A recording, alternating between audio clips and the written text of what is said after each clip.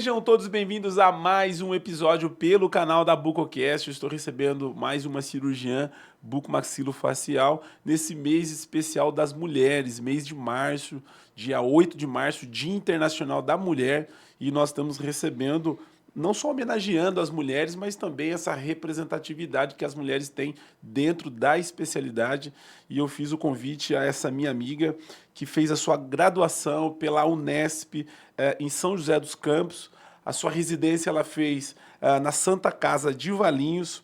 Hoje ela é preceptora da equipe do serviço da Santa Casa também de Valinhos, pelo CEDAR. E também ela é preceptora da especialização de bucomaxilo da Universidade São Leopoldo Mandic. Tá tudo certo? É isso mesmo? É isso Eu estou mesmo, falando com a Ismael. doutora Solimar Pontes. Doutora, um prazer imenso poder recebê-la aqui no nosso podcast, nesse mês especial das mulheres, e poder falar um pouquinho sobre a sua história, sua trajetória dentro da especialidade.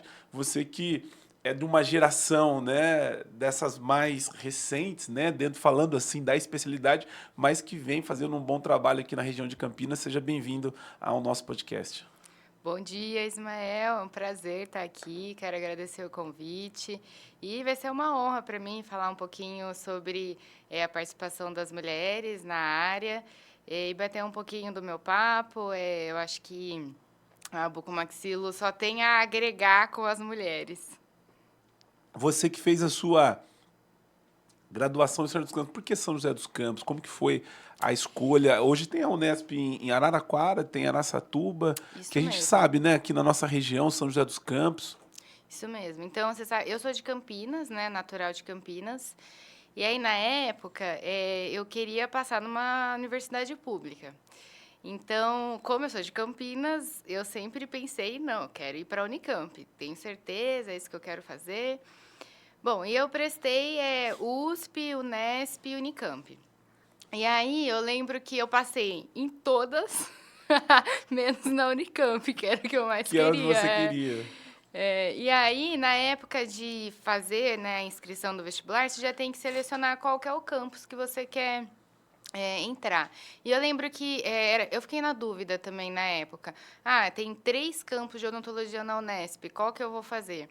E eu lembro que eu vi no mapa, né, entrei na internet, falei, qual que é o mais próximo? E São José dos Campos é a É mais cidade próximo? mais próxima de Campinas, né? Araraquara é até relativamente próximo, e Araçatuba é bem Mais mais longe. longe. Então, na época, eu selecionei por proximidade. E eu lembro que eu vi a nota de corte também. Falei, nossa, essa foi a menor nota de corte que teve no vestibular passado, que foi no campus de São José dos Campos. Então, eu falei, eu vou prestar.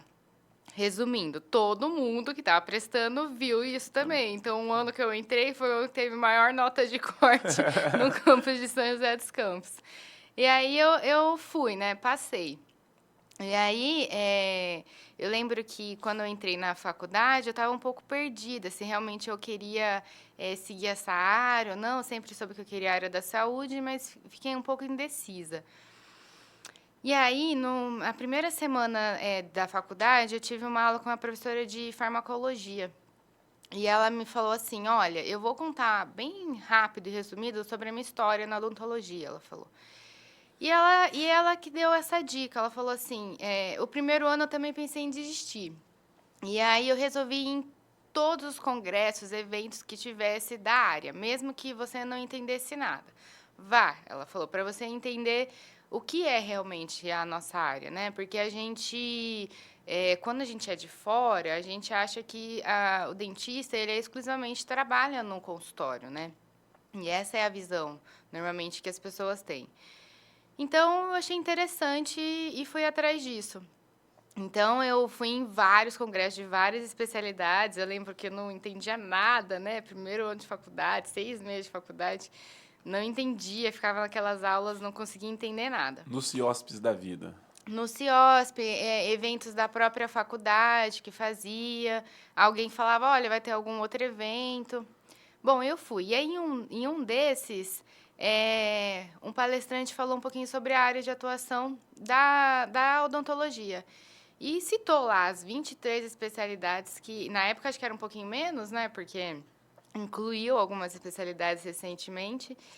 E aí ele falou da bucomaxilo, né? E aí, nossa, eu lembro que eu fiquei encantada, meu olho brilhou. Você falou, tem uma área que está dentro, está muito próximo da medicina, que era alguma coisa que você estava buscando ou não? Da área da Também, saúde? também, mas eu fiquei um pouco na dúvida. Na época eu pensava se eu queria psicologia. Eu sabia que era a área da Ah, saúde, tá. mas eu Não era a médica, não era a medicina que você queria. também pensava em medicina, tá? Também pensava. Até prestei em alguns lugares. Bom, eu falei, nossa, eu não acredito. Bom, fui atrás disso, né? Dessa especialidade com esse nome difícil, né? Bucomaxilofacial. E aí eu fui atrás de um congresso dessa área. E eu me encantei. Eu lembro que eu falei assim, mãe, não vou desistir do curso. Achei a área que eu quero seguir. Fica tranquilo, deixa comigo que eu vou atrás. Bom, e aí quando eu cheguei, né, na disciplina de cirurgia, a maioria era homem, né? Todos os professores eram homens. E eu tive a oportunidade, né, de ter aula com o professor Fábio Sato.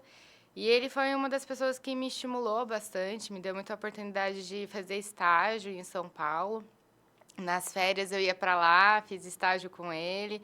Ele foi uma pessoa muito aberta, muito solícita para mim. E aí eu passei na disciplina e continuei indo atrás. Iam nos congressos, nos Copacs. Eu lembro que teve um Copac em Ribeirão. E fui indo, né? Me desenvolvendo. Apresentava os trabalhos, fiz alguns projetos de extensão de cirurgia na faculdade, porque a faculdade pública, ela te fornece muitas oportunidades para você se desenvolver lá dentro e de se envolver.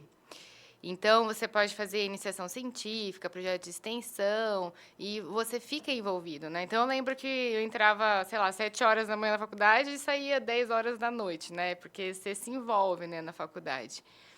Então, acabei que eu dediquei a minha graduação já voltada para essa área. Então, eu sabia que eu já queria prestar residência, né?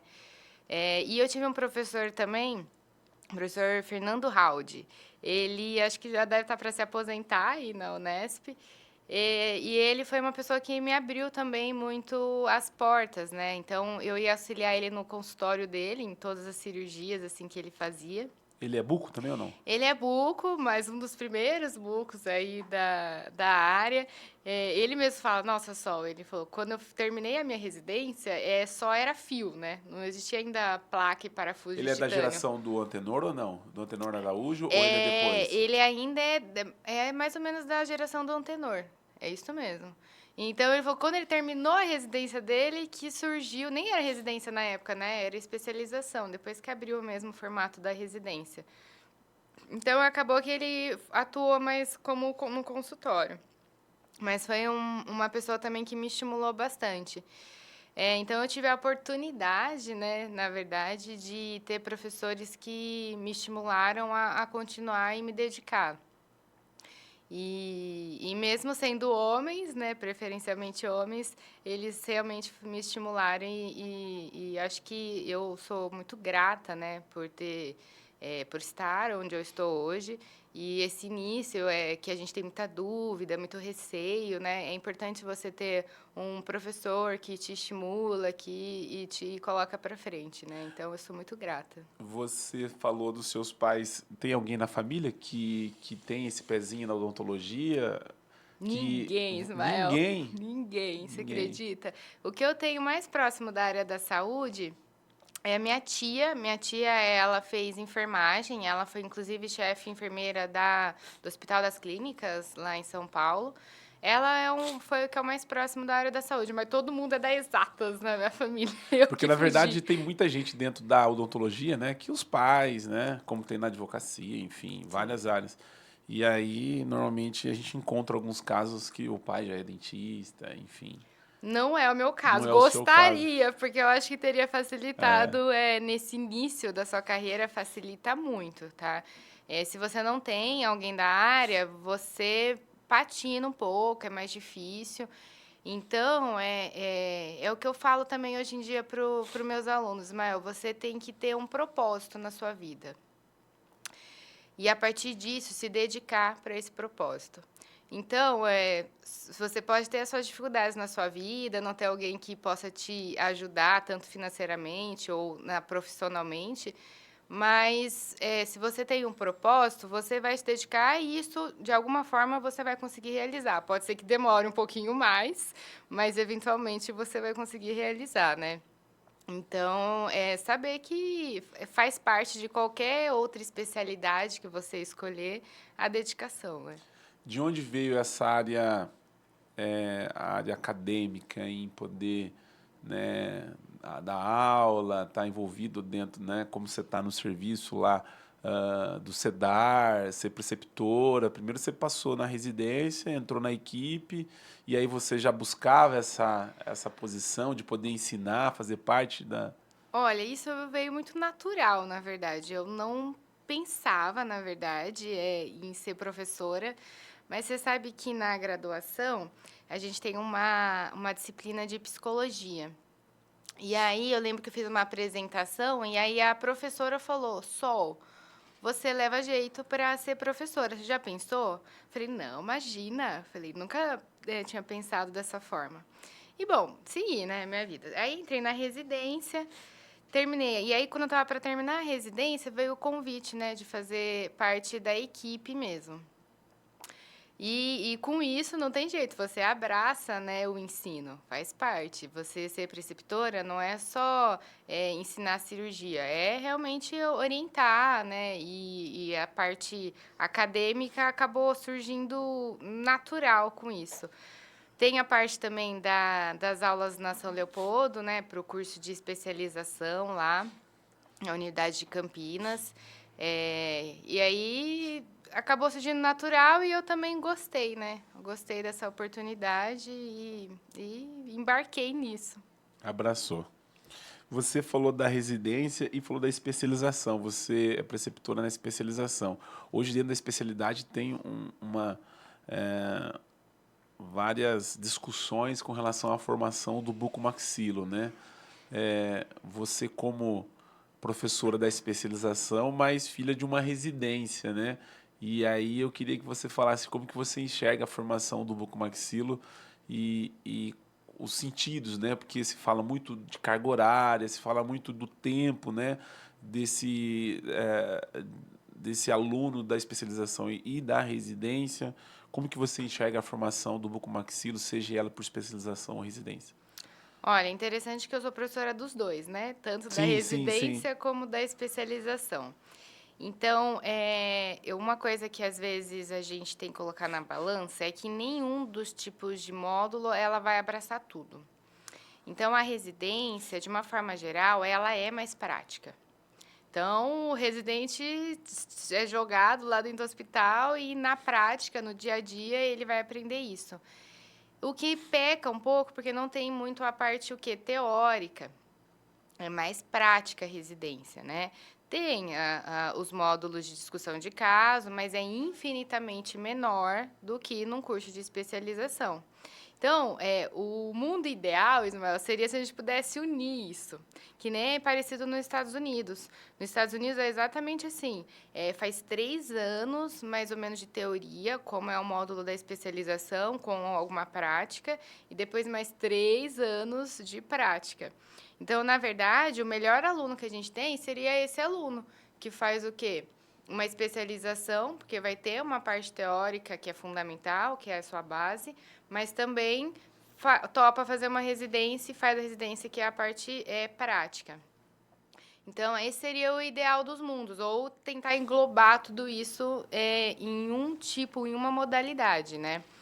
Mas o que a gente percebe também, Ismael, é que a especialização, né, em bucomaxilo, ela está atraindo agora um pessoal que é da harmonização. Então, a harmonização, ela está caminhando um pouquinho para essa parte cirúrgica. E eles estão percebendo que eles estão precisando buscar esse conhecimento para atuar um pouquinho na harmonização cirúrgica. Então, o que a gente percebe é que, às vezes, o aluno que está ali com a gente na especialização, ele também procura uma parte estética. E, às vezes, o aluno que faz a residência, ele não procura tanto essa parte estética, tá? Ele procura mais o trauma, a ortognática. E isso é uma discussão acho que infindável, né? A gente pode ficar aqui É discutindo eterno. sobre isso aí um tempão. Mas eu sei que o Colégio Brasileiro tem feito, marcado bastante presença em relação a isso. A discussão ela vai ser por um tempo. E eu acho que, na verdade, ô Ismael, o que a gente precisaria pensar é o quê? Igualar isso, né? Porque o aluno que faz a residência, ele sai com o mesmo certificado do aluno que vai fazer a especialização. Todo mundo sai como cirurgião bucomaxilo.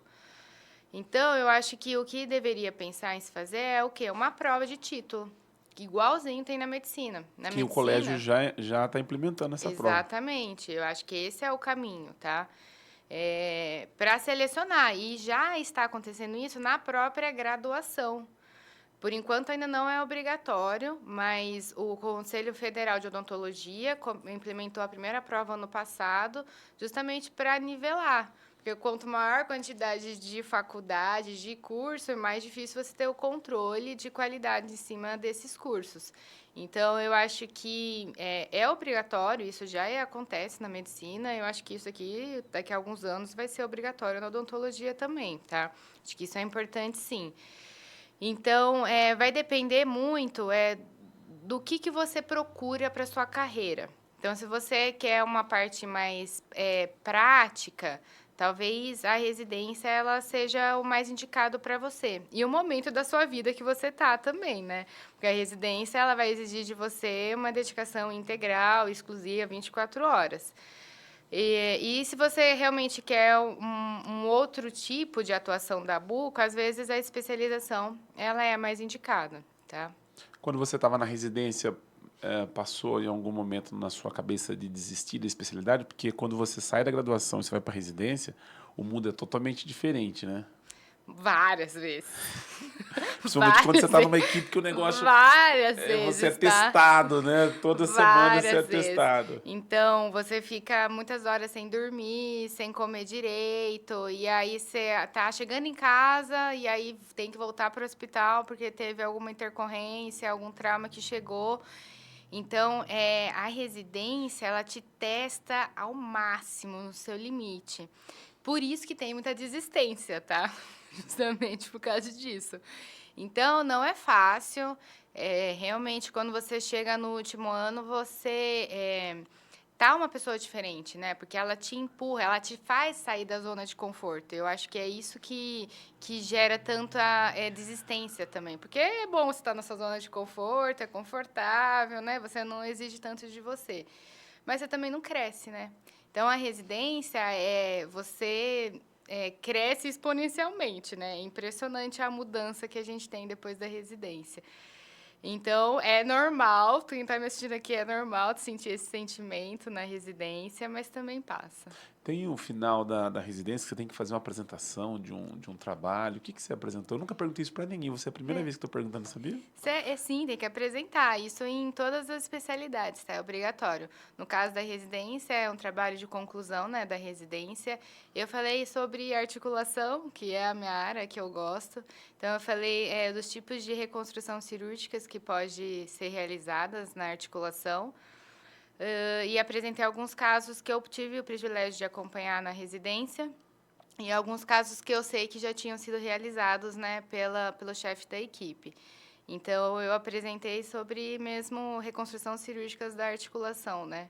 Essa foi minha apresentação, mas é obrigatório, todo mundo apresenta. E é engraçado que a bucomaxilo, pelo menos no meu ponto de vista, a maior parte das pessoas que busca a especialidade começa pela cirurgia ortognática, né? E depois vai buscar cirurgias de ATM, até porque eu não sei, eu ainda tenho uma dúvida em mim, mas eu acho que eu tenho a impressão que você fazer cirurgias de ATM, artroscopia, prótese, parece ser mais difícil, eu não sou da área, né? Porque eu vejo mais pessoas que estão mais no mundo da ortognática do que das cirurgias de articulação.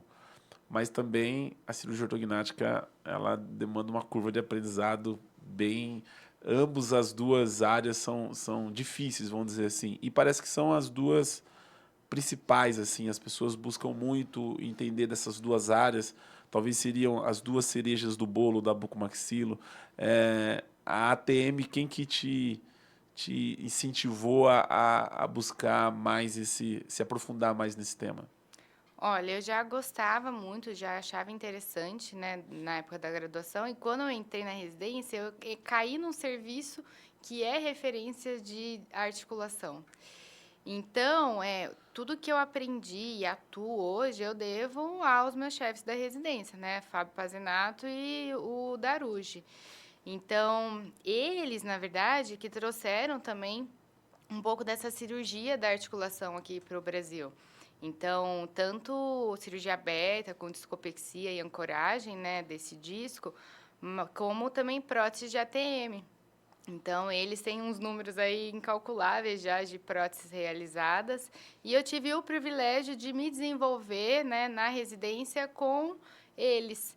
Então, o que já era uma paixão virou piorou, né, aumentou a Vira um paixão casamento. exatamente, com a disfunção, né, com a articulação, é uma coisa que eu gosto, sou apaixonada, tanto por o tratamento clínico, né, da disfunção, como o tratamento cirúrgico.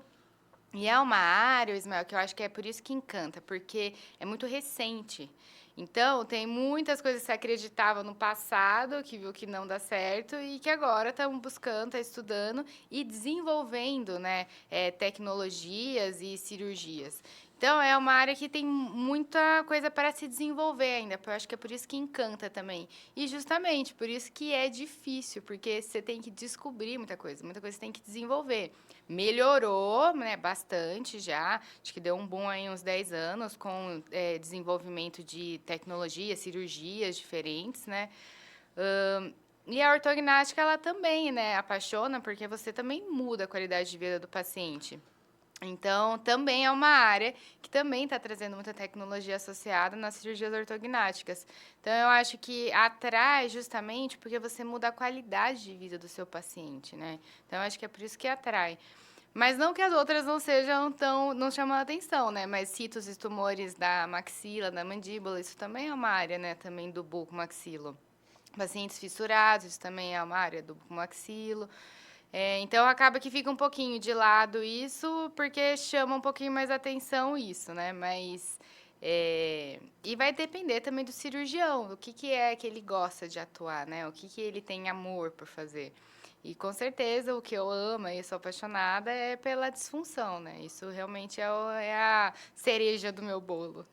Além das disfunções, quais outras áreas que você navega dentro da especialidade? De uma forma geral, como a gente atua em vários hospitais da região, acaba que aí entra muito trauma. Então, assim, né, no serviço, acho que o carro-chefe aí é trauma, disfunção, cirurgia da disfunção e ortognática.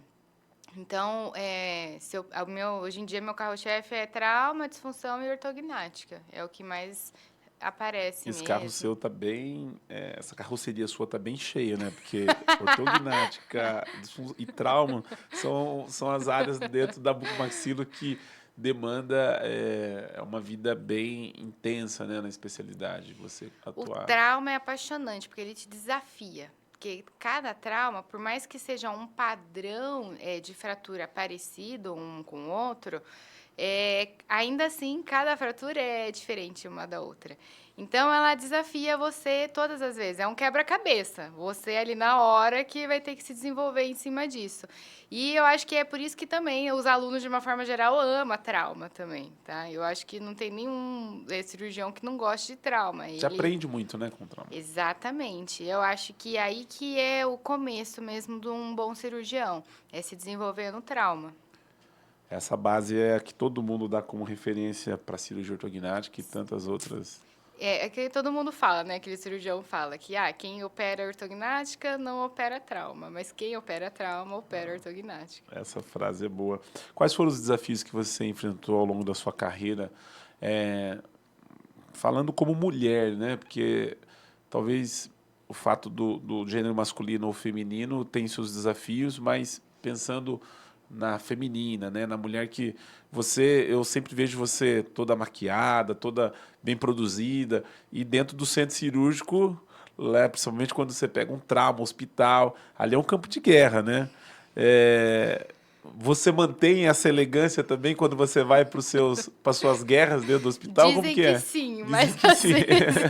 às vezes não tem como, né? Faz parte. Às vezes te ligam de madrugada, você vai do jeito que Não você tem o que tá, fazer, né? né? Mas o centro cirúrgico, depende se for uma urgência ou uma emergência, isso é independente. Você vai do jeito que você tá e vambora. Mas, de uma forma geral, quando é eletiva, programada, cirurgia que você se programa, a gente ainda mantém a elegância, tá? Chegou a No operar de centro salto alto cirúrgico. já ou não?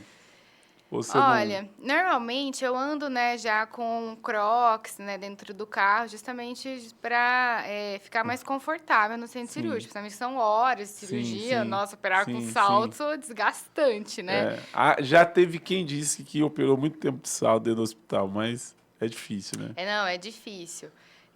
Bom, e ser mulher nessa área, ela também exige muito, né? Então, eu acho que talvez eles esperam de você esse posicionamento, né? De elegância no centro cirúrgico por você é mulher, né? Mas ali você está focado no seu paciente, né? Os desafios normalmente que a mulher enfrenta dentro da especialidade ou que você enfrentou, quais foram? Você tem algo assim que... Olha, principalmente eu acho que é a referência feminina na área. Então, a Marta, uma vez deu, que é a jogadora de futebol, ela deu uma entrevista falando justamente sobre isso, que como para ela foi extremamente desafiador, porque não tinham quem ela se espelhar.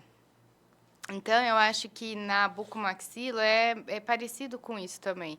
Eu não tinha mulher na área cirurgiã que eu poderia me espelhar ou seguir os passos dessa cirurgiã. É uma área extremamente masculina, então você ficava perdido, porque você que tem que construir o caminho e você que tem que escrever a sua história, né?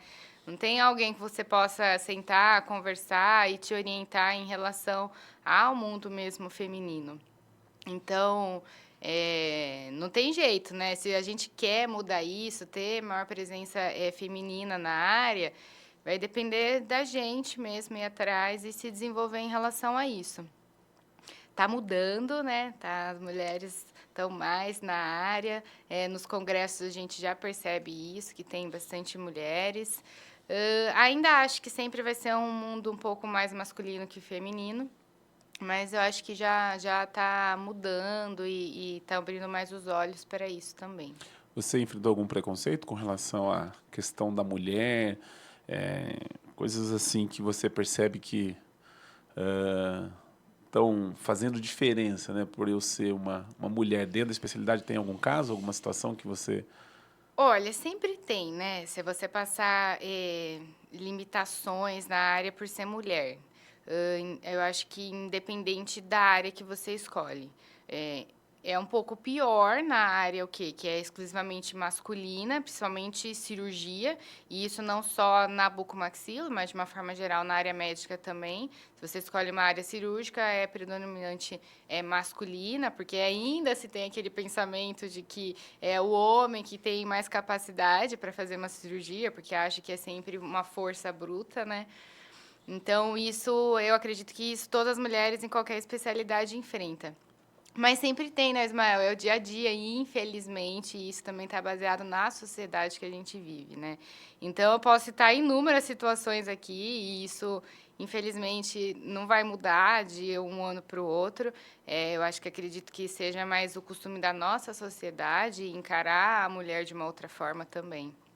Dentro das cirurgias de ATM, a gente sabe que também tem um leque que se abre ali e cada um especializa numa área, né? Um prótese, outros cirurgia aberta, enfim. Dentro dessa área, quais áreas que você navega na ATM? Olha, hoje em dia eu faço cirurgia aberta, né, da articulação, então eu faço a discopexia e ancoragem. De uma forma geral, a gente usa já uma âncora absorvível de tecido. Faz muitos anos que não usa mais âncora metálica, né? E a gente vai se desenvolvendo, as incisões vão cada vez diminuindo, ficando menorzinhas, os pós-operatórios dos pacientes melhoram cada vez mais com a técnica. Não tenho técnica, né, para videoartroscopia. Eu sei que é uma área que está se desenvolvendo no Brasil, está vindo com uma força. isso veio de fora, né? Tem um dos fenômenos aí na videoartroscopia, que é o espanhol, né? Doutor Rafael. Granizo. Isso, ele mesmo. Então, o Ismael, ele é um cirurgião que ele só faz isso. Não sei se você já teve a oportunidade de conversar com ele, mas ele falou que quando ele estava se desenvolvendo nessa técnica, ele falou que ele levantava todos os dias e ele ficava no mínimo 5 horas treinando, não era num paciente, é naqueles bonecos preparados. Então, ele não opera ortognática, ele não opera mais nada da buco, ele só faz videoartroscopia. Então, a curva de aprendizado dessa pessoa foi anos para se desenvolver e conseguir realmente entregar um trabalho de qualidade. Então, é isso que eu acho que, às vezes, o bucomaxilo, ele tem uma ânsia logo de começar a desenvolver e fazer videoartroscopia. Eu acho que esse vai ser o caminho, cirurgia fechada mesmo, e em algumas situações aberta, mas eu acho que ainda vai exigir muito de dedicação dos nossos profissionais em cima disso. Ele que é uma das referências mundiais, né? Eu É, estive com ele no Cobrac de Belém, eu entrevistei ele. E não foi muito bom o meu espanhol, não, mas eu consegui entender ele. E o cara é fera mesmo, né? Ele ele aqui é. no nosso podcast é uma dos nomes mais citados. Quando ele estiver em São Paulo, vamos ver se a gente consegue trazer o professor Rafael Legal, Granizo num podcast. Porque dá legal. pra gente entender um pouco o espanhol e obviamente, se eu tiver essa oportunidade, eu vou precisar de um reforço, porque eu não vou ter essa destreza de poder entrevistá-lo e obviamente, fazer as perguntas mais pertinentes, né? A gente que é do marketing, da comunicação, E a ele é gente super acessível, super tá? acessível, super Ele é. mesmo. Ele é sim. Eu tive essa oportunidade, ele E é isso que eu gosto, né, em alguns profissionais, porque eu acho que conforme você vai adquirindo os conhecimentos, a soberba, ela às vezes vai aparecendo. Então, eu gosto justamente do perfil do profissional que ele é, porque ele é uma pessoa de extrema competência e excelência no que ele faz, mas ele é muito humano também e muito acessível. Então, eu acho que esse é o caminho, né? Você fazer as coisas com humildade, amor no que você se propõe a fazer. E ele é um exemplo, com certeza, e mundial para os futuros bucomaxilos ou quem já está na área. é uma das suas referências? Olha, eu com certeza na área de videotroscopia, eu acho que ele é o cara de referência, tá? Não conheço, até tem alguns outros profissionais, mas ele é a minha referência, assim. O que você vê de evolução assim nesse tempo que você vem atuando e na formação também com relação a cirurgias de ATM, assim, tecnologia, avanços? Bom, principalmente mudou as âncoras, né? Antigamente as âncoras eram metálicas, o que a longo prazo, nesse acompanhamento aí de pós-operatório, ficava difícil você ter realmente uma visão dessa ressonância magnética em cima dessa articulação. E primeiro, né, antes das âncoras é a ressonância. Antigamente nem tinha ressonância magnética, nem sabia fazer essa propedêutica em cima dessa articulação. Então, conforme a área médica também foi evoluindo, a própria área da disfunção foi caminhando junto.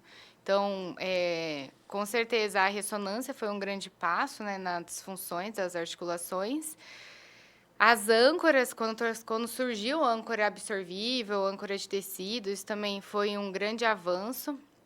E a verdade, a videoartroscopia, a gente trouxe isso da cirurgia, da área médica, né? Que já se faz em ombro, em joelho, só que não se tinha instrumental do tamanho adequado para fazer nessa articulação, porque para ajudar uma articulação extremamente pequena, né? De difícil acesso e exclusiva do nosso organismo, né? Porque ela funciona bilateral. Então, os desafios são inúmeros, né, na disfunção. Mas, com certeza, eu acredito que o tipo de âncora facilitou bastante agora. Essas âncoras de tecido, absorvível, é o caminho também. Vou fazer uma perguntinha da nossa gaveta aqui, da Bucocast, que eu faço para quase todos os cirurgiões. Como você navega na ATM e na cirurgia ortognática, há alguns casos que você tem indicação das duas cirurgias. Isso. Alguns casos, próteses de ATM e cirurgia ortognática. Lá, quando vocês têm esse paciente, como que é feito a cirurgia, a indicação da cirurgia que você precisa operar esse paciente, tanto ortognática como ATM? Você opera primeiro a ATM e depois a ortognática, ou você faz a cirurgia, as duas juntas, num único procedimento? Tá. Então, o que a gente tem que entender é o quê? Se esse paciente ele já tem uma disfunção que é necessário fazer uma abordagem cirúrgica ou não. Ah, sim, realmente, ele vai precisar fazer uma cirurgia dessa articulação. Então, se ele também vai precisar fazer uma cirurgia ortognática, a gente pode fazer tudo junto. Ou pode separar. Primeiro faz a cirurgia da articulação, se recupera e depois faz a cirurgia ortognática. De uma forma geral, a gente tem o costume de fazer tudo junto, tá? Então, por exemplo, se é um paciente que eu vou ter que fazer uma ortognática bimaxilar, o ideal é que a gente faça o quê? Primeiro maxila, depois a cirurgia da articulação e depois a mandíbula. Mas sim, é possível e já é a nossa rotina, a gente já faz tudo. Estende um pouquinho mais as horas de procedimento, mas é a nossa rotina, já faz algum tempo, fazer tudo no mesmo ato cirúrgico. E acho que, de uma forma geral, Ismael, é melhor o pós-operatório para o paciente, porque é uma vez só que ele tem que passar por anestesia geral, uma vez só que ele tem que ficar de repouso e se recuperar. Tudo bem que a cirurgia hoje em dia da articulação o pós-operatório é infinitamente mais tranquilo, né, do que de uma ortognática, mas para o paciente, em relação a se afastar do trabalho, toda essa parte que tem, eu acho que fica mais fácil para o paciente realizar tudo junto, tá? Porque tem quem faça separado, né? Tem sim. Muita gente faz Tem um de sim, é cada porque vez. muda um pouquinho o posicionamento do côndilo dentro da fossa, e é essa a grande discussão sempre na cirurgia ortognática. Como é a garantia que você vai manter esse côndilo no posicionamento? E quando você faz uma cirurgia dentro dessa articulação, você com certeza está mudando, né? Porque você precisa corrigir o posicionamento desse côndilo e desse disco, dessa cartilagem ali dentro da fossa. Então, quando você faz já os planejamentos virtuais, né, em relação ao procedimento da cirurgia, muda um pouco essa distância que você planejou da cirurgia no planejamento virtual. Então, isso vai precisar um pouco de destreza, né, do cirurgião para entender isso também, né? Então, por isso que, de uma forma geral, tem cirurgião, eu sei que acaba preferindo separar, fazer primeiro a cirurgia da articulação e depois a ortognática. Mas, de uma forma geral, a gente faz tudo junto. Você começou as ortognáticas, ou aprendeu, ou isso não é uma rotina sua, a começar pela mandíbula ou maxila? Tem alguma coisa nesse sentido que você, dependendo do caso, muda por onde você vai começar? Sim, depende muito do caso, mas de uma forma geral a gente gosta de começar primeiro com a maxila. Primeiro porque eu entendo que é um osso móvel. Então, se eu vou fazer o que? A osteotomia e já vou fixar, então aquela vai ser minha referência, né? A mandíbula, ele é o osso que movimenta. Então, faz mais sentido você começar pelo que vai ficar, que já é um osso que não tem alteração, tá? Estabilidade. Exatamente. Mas não quer dizer que está errado começar pela mandíbula. Já comecei sim pela mandíbula. Isso, na verdade, Ismael, vai muito da preferência também do cirurgião e se o cirurgião tem destreza nesse tipo de técnica, tá? Então, na verdade, tem algumas indicações que eu acho que sim, é mais interessante começar pela mandíbula, mas de uma forma geral é a preferência do cirurgião também, tá? Hoje você tem um paciente de cirurgia ortognática e um paciente que tem a disfunção temporomandibular. São pacientes que estão no dia a dia lá do seu consultório e você atua dentro dessas duas áreas, mas são pacientes que eles vêm com queixas totalmente diferentes, né? O paciente da articulação normalmente é um paciente que tem dor, né? Ou se não tem dor, é, uma procura porque tem algum incômodo, alguma coisa que eu vejo esse paciente da articulação mais dependente do profissional. O da ortognática, ele tem a deformidade, ele tem alguns problemas que envolvem também questão funcional, mas pensando mais na dor, na articulação, obviamente, ela apresenta mais problemas com relação à dor. Como lidar com esse paciente da articulação, já que hoje a gente sabe que você tem inúmeros tratamentos que você pode oferecer para esse paciente. É um tratamento que também ele depende do paciente. Muitas das vezes é um tratamento que você não tem certeza que vai ser resolutivo 100%. Então, a pergunta é como lidar com esse paciente com problema de articulação, com todas essas nuances que você tem com relação ao tratamento? É justamente por isso que é apaixonante a disfunção, né, porque ela realmente é complexa. O paciente de disfunção, ele é um paciente, que ele vai ter muita dor associada. Então, necessariamente, a dor que esse paciente ele sente vai ser exclusivamente da disfunção dele. Então, isso vai depender também de uma propedêutica correta em cima desse paciente. Então, esse paciente, você vai ter que o quê? Encaminhar ele para avaliar a cervical dele.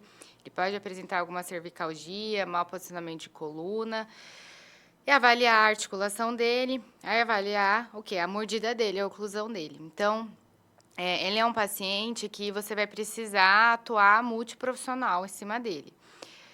O que é da nossa área, que é o tratamento da disfunção, ele pode estar associado com dor muscular, dor relacionado à articulação ou intraarticular, né, que a gente fala. Nesse caso, como que é a nossa metodologia de tratamento, né, em cima desse paciente? Então, um paciente que ele chega com dor, você vai pedir a ressonância para ele, é obrigatório, acho que nem tem como mais falar de disfunção sem pensar numa ressonância. Daí essa ressonância, esse paciente, ele faz de boca fechada, semi-aberta e totalmente aberta. Por quê? Porque para a gente simular como que funciona essa articulação durante a abertura e fechamento. E como essa cartilagem, ela está posicionada em cima desse osso durante a movimentação. Então, é aqueles termos que a gente fala, né? Tem uma luxação de disco sem redução ou com redução. Isso, na teoria, a gente segue isso certinho, mas a gente tem que ver na clínica também do paciente, como é que funciona, como é que está o encaixe dentro desses pacientes. A mal oclusão dentária, ela também leva para um mau posicionamento dessa articulação. Então, é difícil, Ismael, separar isso. Isso não existe no nosso organismo, né? Tudo está relacionado uma coisa com a outra. Então, um paciente de disfunção é exatamente isso que você falou. Você tende a casar com ele, tá? Você melhora, trata ele clinicamente ou cirurgicamente, qual foi a indicação, mas é um paciente que vai ter que fazer um acompanhamento com você a longo prazo. Porque o paciente ele tem que entender que ele tem uma articulação com alteração. Então, é a mesma coisa, você vai no ortopedista, o ortopedista fala, olha, a gente vai precisar operar o seu joelho. Operou o seu joelho, ele vai falar o quê? Vida normal, mas você vai ter que voltar sempre aqui para a gente acompanhar como é que está o seu joelho. Então, o paciente ele tem que ter também esse entendimento que a gente corrigiu o que foi possível corrigir, mas que ele sempre vai ter uma articulação que teve algum tipo de alteração. Tá? Então, eu acho que é mais também a consciência do paciente em cima disso. E o cirurgião, obviamente, precisa deixar isso muito bem claro, né? Porque hoje a gente percebe que tem muitos pacientes sendo submetidos a cirurgias e crendo que uma vez operou, tá com o caso resolvido. E não é bem assim, né? Exatamente, é o controle de pós-operatório, tem que ter, não tem jeito. Você que nos acompanha pelo canal da Bucocast, ainda não é inscrito no nosso canal, vai lá, se inscreva no nosso canal e também no Instagram a gente tem os cortes que nós fazemos aqui dos episódios que nós gravamos. Quanto tempo nós estamos de podcast, Vinícius? 44, parece que você falou 44 minutos. Não, tá bom? Tá 40, entediado? 45 minutos. Essa é uma bancada que o relógio ele passa e a gente não percebe. É muito bom estar aqui. Eu gosto disso. Quem está ali está 2 horas participando com a gente. A gente está apenas 44 minutos. Calma. Me fale uma coisa, como que é a data para você do Dia Internacional da Mulher, já que nós estamos no mês das mulheres, e é uma data que ao longo da minha juventude, desde quando eu acompanho o dia 8 de março, as empresas começaram a tomar essa data, conscientizar mais. As mulheres parece que de uns anos para cá, com essa questão do empoderamento, do posicionamento da mulher. Eu não me lembro assim, de quando adolescente, esse posicionamento da mulher era uma coisa assim que parece que a mulher ela acompanhava, né, todas as áreas, né, do mundo dos negócios de uma maneira normal. Agora parece que não. A mulher parece que se posicionou, né, de uns anos para cá e acho que com relação também a essa liberdade de expressão, com relação à internet, de poder se comunicar, de poder falar, de dar voz, né? a todos.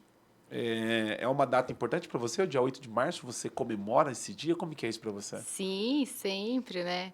Eh, isso que você comentou tem muito a ver com o histórico da mulher na sociedade, né? Então, a mulher, de uma forma geral, demorou a oportunidade dela poder sair de casa, estudar, fazer uma faculdade, se desenvolver. E quando isso começou, ainda assim, era atrás sempre de um homem.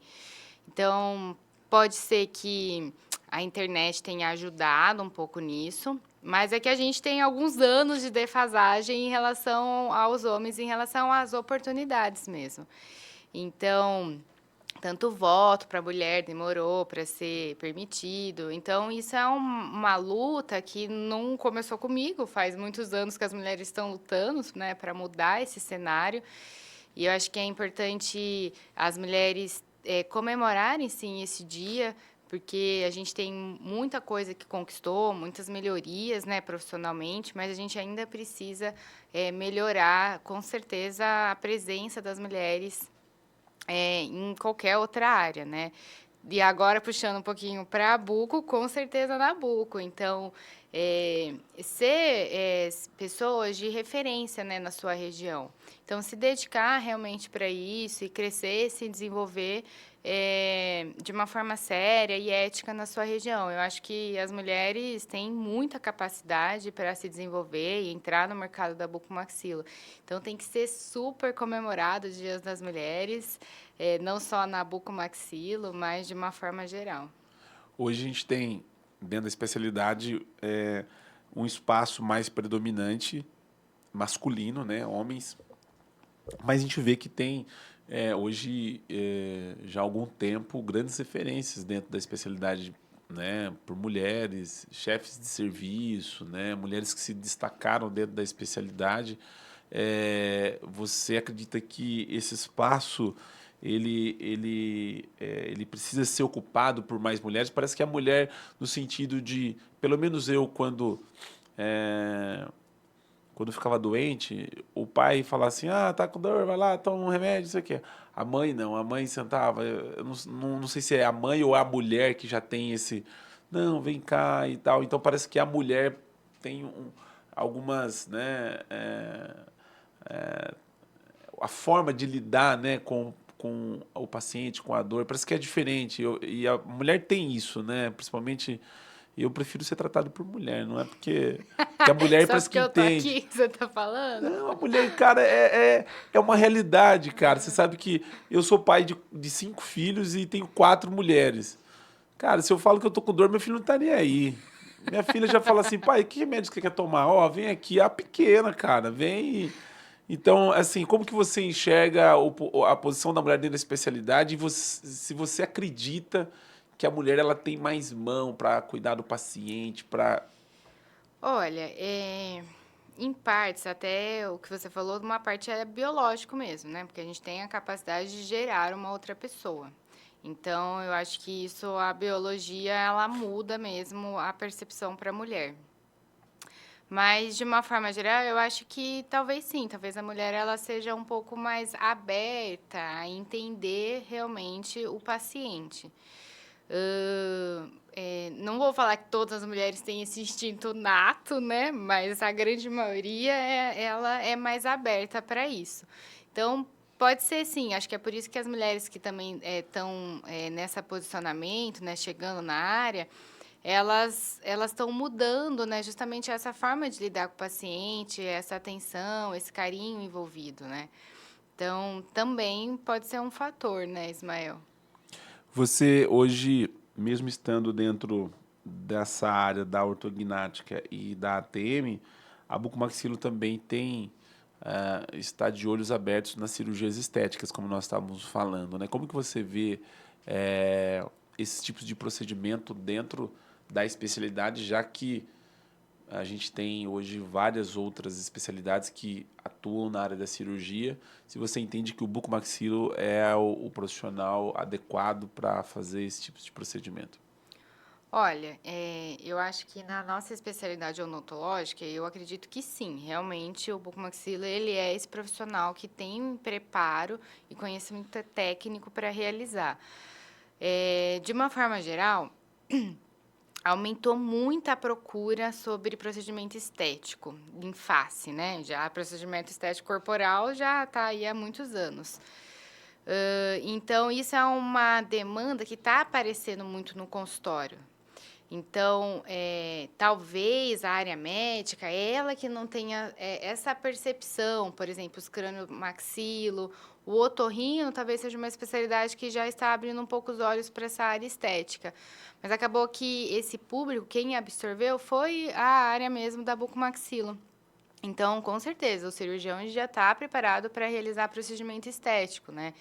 Tanto com essas próteses, né, faciais, de mento, queixo, né? Como algumas outras cirurgias estéticas que já estão sendo realizadas. E a demanda disso, né? Então, a gente vê no consultório, Ismael, que esse paciente, ele vem com você, não porque eles têm uma dor, pode estar associado, mas, porque eu acho que meu queixo não é muito prominente, porque eu queria tá um rosto mais marcado. Então, o paciente, ele já vem com esse conhecimento e ele já mostra, olha, eu queria mais ou menos isso, né?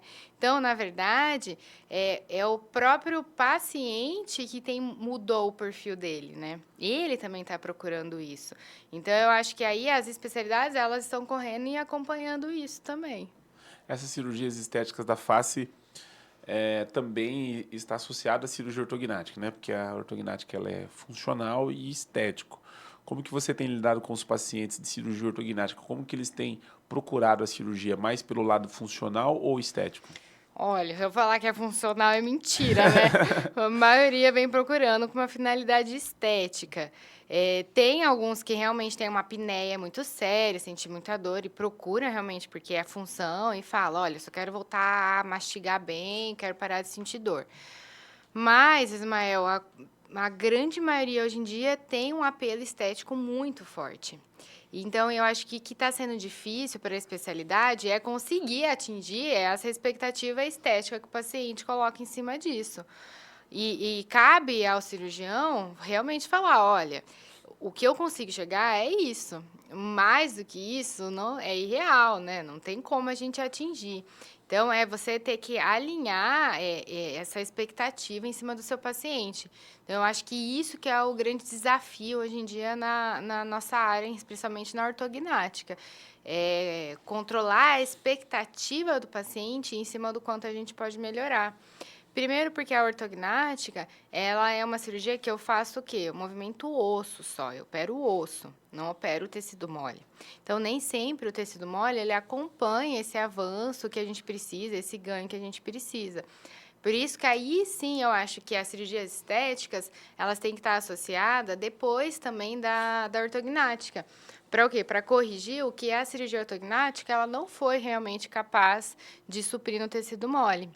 E aí que eu acho que está interessante mesmo a cirurgia estética e a indicação dela. Você quando começou a fazer cirurgia ortognática, você operou com planejamento modelo de gesso? Eu fiz bem pouco, tá? Vou falar que a maioria já foi planejamento virtual. Já é uma realidade, né? Acho que a gente nem... A gente ensina para os alunos, tem também as aulas, né? De planejamento com modelos, serrageiros, faz aquela bagunça enorme. Mas, de uma forma geral, já se tem caminhado para planejamento virtual, né? Então, eu acho que não tem nem como pensar na cirurgia ortognática sem fazer esse planejamento virtual, porque é mais palpável, é 3D, né? Às vezes, e eu acho que o que é interessante, principalmente no planejamento virtual, é porque você está compartilhando o seu caso com um outro profissional, que na maioria das vezes também é cirurgião. Então, ele vai dar a visão dele em cima do seu paciente. E quem ganha com isso não é você, é o seu paciente, porque é um segundo profissional avaliando ele também. Então, eu acho isso fantástico. Eu acho que o modelo, o planejamento do modelo analógico, né, vamos dizer assim, convencional, enfim, acho que ele nunca deveria sair, porque essa geração precisava entender de onde nós viemos, de onde nós saímos. A serra não pode sair né? Hoje tem o piezo, você faz cirurgia com piezo. Tem. Então, você tem que operar com a serra com broca, para você entender que não foi fácil chegar até aqui. Evoluiu muito, né? Olha, Ismael, mas o caminho é a gente não Você usar operou com mais a serra? Você serra. serra Ah, até eu, hoje, né? O olha, SUS no ainda. SUS, às vezes a gente acaba usando, tá? Porque o Piezo ele ainda tem um custo mais elevado, mas de uma forma geral, a gente tem que pensar que a tecnologia ela veio para melhorar a nossa atividade, certo? Então, eu acho que conforme o tempo e os anos, algumas coisas vão ficar obsoletas na nossa área e muito provavelmente não se vai mais usar, até isso ficar um pouco mais acessível. Tinha que levar esses alunos para fazer uma cirurgia com fio de aço ainda, né? Ó, a gente tem um paciente que a gente vai fazer com fio de aço para vocês saberem de onde o seu professor lá, o Daruji, o Fábio, né, Fazinato. Pazinato, eles eu acho que pegaram o fio de aço, Pegou, pegou o fio de aço, né? pegou. Você sabe que quem começou lá na Santa Casa de Valinhos foi o doutor Mariberto Remédio. E o doutor Mariberto Remédio, ele era o cara quando tinha que fazer redução com fio, porque ele só fazia redução com fio de aço, né? Então, o próprio Dr. Fábio fala que não tinha ninguém para passar fio de aço e reduzir as fraturas, era com ele. Eu não peguei essa época, eu já sou dessa geração aí mais moderna, né? Que já tinha parafuso e placa de titânio para usar. Ainda bem, né? Olha, acho que ainda, ainda bem, né? Ainda bem. Como que você enxerga os tratamentos conservadores para as articulações, já que você tem uma pesquisa, né, que a maior parte dos casos são conservadores, são tratamentos clínicos, né? E mas a gente vê também um número de indicações de cirurgias assim, pelo menos os colegas que passam por aqui dizem que nós estamos vivendo o momento mais assim, alto das indicações de cirurgia. Como que você avalia esse tratamento do paciente clínico? Olha, primeiro é a própria formação do cirurgião, né? Então, o cirurgião ele tem que também entender que tem indicação que você olha e você sabe, realmente é cirúrgico. Obviamente está tendo às vezes um excesso, né, de indicação de cirurgia, que às vezes você se questiona realmente se teria a necessidade de uma cirurgia nesse caso.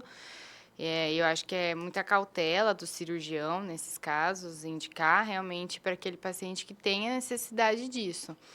Então, para a gente entender isso, isso vai estar associado com a solicitação dos exames corretos, entender o paciente clinicamente, fazer essa avaliação clinicamente de uma forma mais apurada, tá? Mas a gente vê, sim, infelizmente, esse abuso aí, né, de solicitação de procedimentos que muitas vezes não está indicado. E isso, Ismael, isso que a gente percebe também. É por isso que aumentou tanto a quantidade de auditoria, né, nos convênios feitas, justamente para ter um controle maior em cima disso. Esse paciente também vai ter essa necessidade de realizar essa cirurgia? Doutora, falando sobre a questão das articulações, hoje a gente percebe que uma vez o paciente teve uma intervenção cirúrgica, não é mais, obviamente, né, a mesma linha de tratamento, né? E a gente vê alguns colegas, né, compartilhando aí que o número de reops tem aumentado. Como que tem sido isso lá na sua prática clínica no dia a dia? Tem aparecido também? Infelizmente, sim, né? Porque a gente vê que é o que a gente estava conversando antes, um pouco de descaso, às vezes, no planejamento dessa cirurgia. Então, o paciente, ele ainda continua com alguma queixa ou piorou a queixa dele depois de uma cirurgia ou articular ou uma cirurgia ortognática. Então, infelizmente, aumentou isso, essa demanda. E aí se torna, acho que é mais desafiador ainda o planejamento em cima desse paciente que já foi operado, né?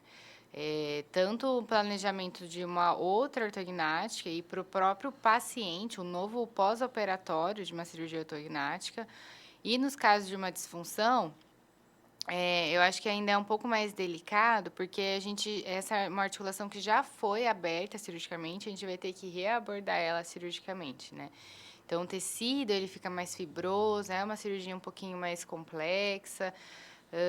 Então, infelizmente, a gente tem visto, sim, um aumento aí de casos de reoperação. Uma vez que o paciente teve uma intervenção cirúrgica, você consegue voltar esse tratamento no conservador e pensar depois só de uma maneira clínica ou uma vez operado a indicação é novamente uma cirurgia? Olha, primeiro tem que entender qual que é a indicação para uma cirurgia, né? Então, uma indicação para uma cirurgia de uma articulação, a gente vai pensar o quê? O paciente ele teve um mau posicionamento dessa cartilagem, desse disco articular. E teve o rompimento ali daquelas estruturas que conseguem fazer o reposicionamento dele. Então, a cirurgia da articulação, ela está indicada quando a gente precisa o quê? Reposicionar essa cartilagem e recriar esse ligamento, né? Que a gente usa, por isso que a gente usa essas âncoras, que é a tal discopexia ancoragem.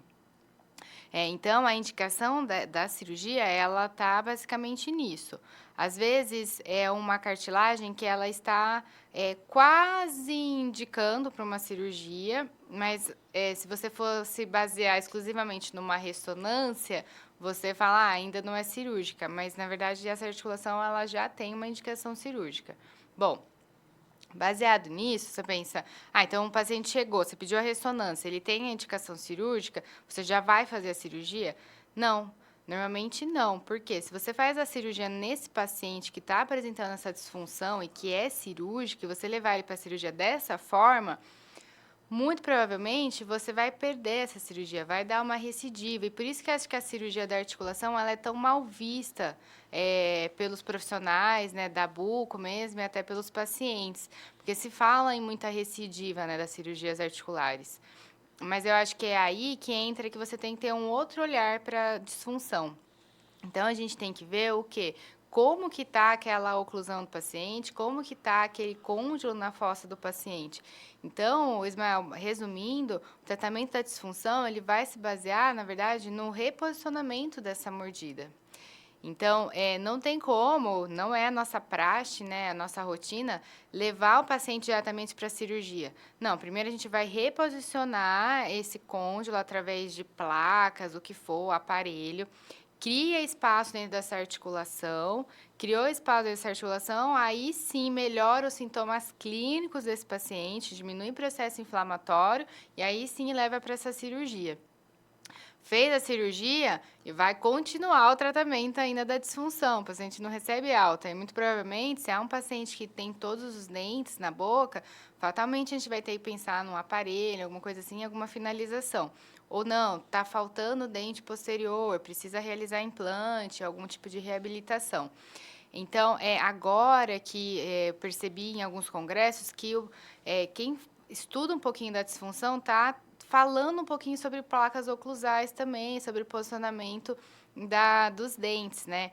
Então, agora que eles estão tendo essa visão da disfunção relacionada a isso. E isso é algo, assim, que, pelo menos na equipe que eu tô, já se fala há muitos anos, há mais de 20 anos, mas é agora que o restante da especialidade está abrindo os olhos para isso. Então, na verdade, eu acho que a fama também da cirurgia articular ela é tão ruim justamente por causa disso, né? Porque não se tem o quê? Uma avaliação do paciente completa, tá? Pensa só no posicionamento dessa cartilagem. E não é só isso que a gente precisa avaliar nesse paciente. As plaquinhas as plaquinhas que se utilizam faz parte do seu... No meu dia a dia, super, nossa, bastante, tá? E aí, me desculpa que eu sei que todo mundo fala plaquinha, mas não é esse nome, tá? Normalmente é um nome que a gente fala, é uma órtese. O que é uma órtese? Órtese é a mesma coisa quando você quebra o braço e você tem que ir no ortopedista colocar o quê? Gesso. Gesso é um tipo de órtese, porque ela vai reposicionar o que você precisa e segurar no lugar. A placa, ela é a mesma coisa, ela vai reposicionar, por isso que é uma órtese. Só que se eu falar uma órtese, todo mundo vai falar, o que é isso, né? Então, na verdade, é uma placa. E placas oclusais, existem várias na odontologia. E aí, quando a gente pensa, eu acho que a mais comum é uma placa de Michigan, né? Que é a lisa, a mais tradicional. Mas nos casos de pacientes que têm disfunção, essa placa lisa de Michigan, ela normalmente tende a retroposicionar essa mandíbula. Então, ela joga mais ainda o côndilo para trás, diminui o espaço dentro dessa articulação e aí piora o processo de luxação dessa cartilagem. Então, paciente que tem disfunção, necessariamente precisa usar um tipo de placa que possibilita o avanço dessa mandíbula, tá? Então, são placas que a gente fala que são placas reposicionadoras. Então, esse sim é o caminho. Então, todo paciente que a gente vai fazer, tem indicação de fazer cirurgia da articulação, com certeza tem que usar placa. Primeiro, por quê? Porque eu preciso aliviar os sintomas desse paciente. Então, ele precisa melhorar a dor, processo inflamatório. Você imagina um paciente que chega comigo morrendo de dor, eu levar ele dessa forma para a cirurgia? A cirurgia, ela vai aumentar o processo inflamatório do paciente e, com certeza, piora o quadro de dor dele. Então, você tem que pensar ao contrário. É a mesma coisa, você tá com um abscesso gigantesco e aí eu vou lá e vou remover o dente com você com um abscesso desse tamanho. Não, não é o momento, você está numa fase aguda. Você tem que diminuir isso e aí sim você faz a abordagem. Então, é o mesmo pensamento para uma disfunção, tá? Então, as placas estão completamente desenvolvidas no meu dia a dia, tá? Isso é a minha rotina, com certeza. Faz parte.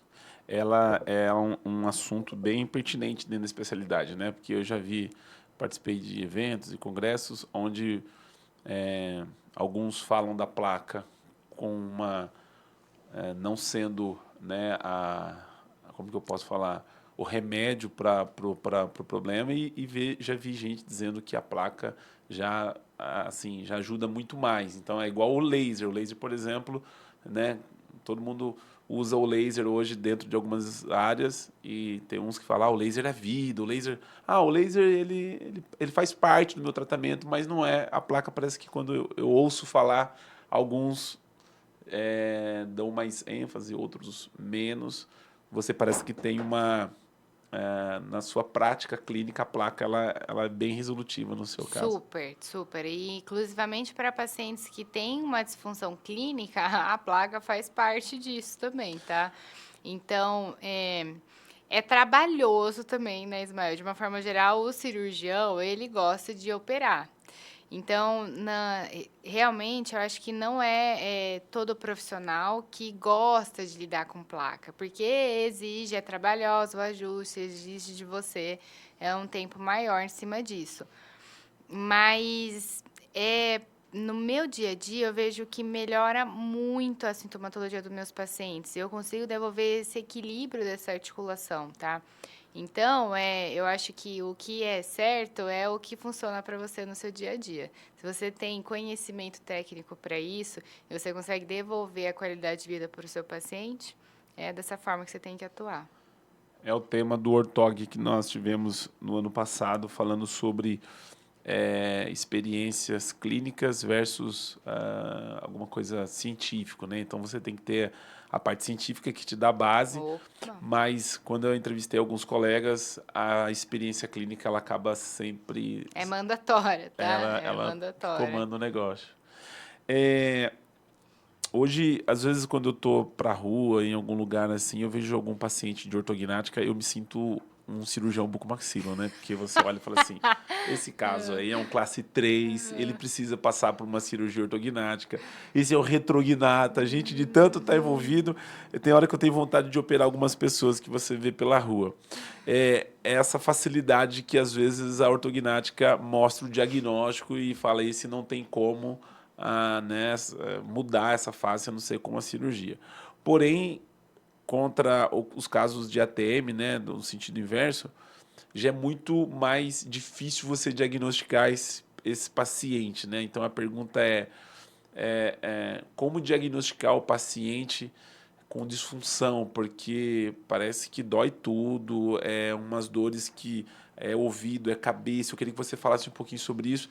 E parece que esse paciente ainda ele não sabe quem buscar quando surge essas dores. Eu queria que você falasse quais são as indicações do paciente que normalmente está sofrendo com a disfunção.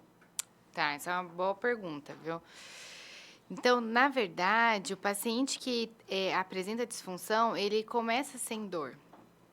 Então, ele só vai procurar uma ajuda quando aparece a dor. Mas, de uma forma geral, clinicamente, esse paciente ele vai ter estalido quando ele abre e fecha a boca, ou ele vai ter uma crepitação, que é um barulho como se fosse um atrito, tá? Ou já tá tendo aí, já tá fazendo cheque, né? Tô ali, ó. Já tá fazendo cheque aí. Às vezes, dor de ouvido, então o paciente acha que tá com dor de ouvido. Dor o quê? Na cervical, irradia para ombro, começa a ter dor facial. Então, tudo isso pode estar associado. E, de uma forma geral, o paciente, ele não conhece a nossa especialidade. Então, ele vai procurar o quê? Vou procurar um otorrino, porque eu tô com dor de ouvido. A otorrino avalia e vê, não, dá na minha parte, tá tudo normal. E aí, o otorrino que acaba encaminhando para bucomaxilo. Ou tô com muita dor de cabeça, então isso é um dos sintomas também do paciente, tem muita dor de cabeça. Vai procurar um neuro, porque tem uma coisa errada, vou investigar. Então o neuro acaba encaminhando também muito paciente de disfunção para buco. Então, esse paciente, de uma forma geral, ele acaba rodando muito nas especialidades antes de conseguir chegar com a gente. Ou ortopedista também, porque ele vai procurar, porque tá com alguma disfunção na cervical. Às vezes ele realmente apresenta essa disfunção, mas de uma forma geral, o ortopedista também encaminha para bucomaxilo. Então, quando o paciente chega com a gente, às vezes esse paciente está cansado, porque ele já rodou em vários profissionais, ninguém conseguiu melhorar a sintomatologia dele. E aí, quando ele chega com você, ele fala, me ajuda, porque ele realmente está no última oportunidade dele ali, né? Último momento. Então, é um desabafo também. Então, na verdade, o paciente de disfunção, ele tem vários sinais, e a dor, ela pode estar associada ou não. Então, na verdade, quando você vai atender um paciente pela primeira vez, você, como um bucomaxilo, você que tem que fazer essa propedêutica em cima do seu paciente. Não é porque ele não apresenta dor que ele não tem a disfunção da articulação, tá? Então, você vai avaliar isso clinicamente nele. E aí, a ressonância é o nosso aliado no nosso dia a dia, e com certeza a documentação ortodôntica também é um aliado no nosso dia a dia. E qual que foi a outra pergunta que você fez? Eu disse justamente assim, com relação ao diagnóstico, o que esse paciente apresenta para você, para ele entender que ele tem um problema de disfunção, né? Qual que seria? E justamente mostrar a ressonância para ele, que ele tem que entender como que é uma articulação saudável, que uma articulação saudável ela não faz barulho, não estala, e o que a gente está vendo naquela ressonância. O paciente ele precisa entender isso também, essa ressonância, e mostrar para ele. Então, às vezes, é difícil para o paciente também ter essa percepção que ele tem alguma alteração, principalmente nos casos onde o paciente não tem dor. Quando o paciente não tem dor, ele não vê realmente essa disfunção presente nele. Porque é o que você falou, quando o paciente ele tem uma alteração do encaixe da mordida dele, isso ele consegue ver no espelho todos os dias. Mas da articulação, não, ele não consegue ver a articulação dele todos os dias e ter essa percepção de que realmente tem uma coisa errada. Ele só vai ter essa percepção, com certeza, quando a dor está associada junto. Então, a ressonância, ela faz parte do nosso dia a dia e você explicar para o paciente que, às vezes, o próprio tratamento de uma disfunção pode estar relacionado a uma cirurgia ortognática ou não. Mas, com certeza, o tratamento de uma disfunção está associado à mudança do padrão do encaixe da oclusão desse paciente, tá? Então quer dizer que paciente que tem o encaixe tipo 1, né, que a gente fala, padrão tipo 1, que é a maxila, cobre os dentes de baixo certinho. Esse paciente, ele também, na maioria das vezes, vai apresentar uma disfunção, porque a ortodontia, na maioria das vezes, ela tende a puxar os dentes para trás. E, normalmente, esse tipo de movimentação para articulação faz o quê? Faz, normalmente, diminuir o espaço interarticular e começa a provocar um mau posicionamento dessa cartilagem, tá? Então, o que a gente vê de uma forma geral é que os próprios ortodontistas, eles que muitas vezes são os causadores das disfunções, tá? Isso tem relação? Opa, muito, tá? Muito. Primeiro porque a ortodontia, ela não tinha dinâmica para fazer as movimentações nos dentes tão bem que nem hoje existe, tá? Antigamente era mais fácil a gente trazer os dentes para trás do que trazer os dentes do fundo para frente. Os aparelhos eram muito arcaicos, né? Que é o famoso da borrachinha, né? Que todo mundo usou esse aparelho. Conforme foi desenvolvendo os tipos de aparelho, outros tipos de dinâmica de movimentação foi possível realizar com os próprios mini implantes, enfim. Então, mudou a dinâmica da movimentação. Mas o que se fazia bastante era o quê? Remover 4 dentes para os dentes se encaixarem. Esse era o padrão. Só que justamente isso retrui o paciente, joga todo o paciente para trás. A custas do quê? Da sua articulação. Então, um paciente que às vezes ele não tinha uma alteração, uma disfunção, ele começou a apresentar, tá? Então, o que a gente vê com certeza é reabilitação, tá? Levando a ter muitos casos de disfunção desse mau posicionamento dessa articulação, ortodontia, enfim. Então, é um mercado aí que está em alta da disfunção. E outro ponto, Ismael, é a pandemia. Ela aumentou também a incidência de pacientes com disfunção, porque foi um fator de estresse para todo mundo. Mudou a rotina de todo mundo, você não podia mais sair de casa, não podia mais falar com ninguém, não tinha mais contato. As crianças, de uma forma geral, sim, explodiu a quantidade de disfunção em criança. Não se via tanto e hoje em dia tem bastante. Então, é óbvio que a disfunção ela tem um fator psicossomático associado. Não é só exclusivamente, mas é um dos fatores de piora para a disfunção. Então, pode ver, se você está muito nervoso, muito tenso, você fica rígido com tudo. Tudo você fica se contrai, o ombro fica contraído, a cervical fica contraída, você começa a apertar mais o seu dente.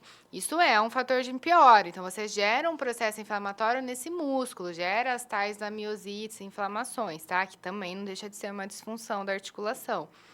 Então, tá vendo? Eu posso ficar falando disso aqui, Ismael, mais o dia inteiro sobre disfunção, se você quiser. É uma seara incrível aí pra gente conversar. A disfunção, eu realmente acho que ela é apaixonante. Você falou sobre apertamento, tem o paciente com bruxismo, ou uma vez que o paciente tem esse problema de apertamento, né, sabe que tem um bruxismo, desgaste dos dentes, esse paciente provavelmente vai apresentar algum problema na disfunção ou não? Como que é isso, doutora? Ele pode ter um apertamento e não necessariamente apresentar uma disfunção intraarticular dessa articulação.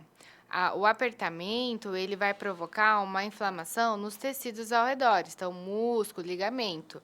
E esse paciente, ele pode ter dor, mas a dor, ela vai estar associada à inflamação desses músculos, tá? Então, isso a gente considera um tipo de disfunção. Então, o paciente tem uma disfunção muscular, uma sobrecarga desse músculo.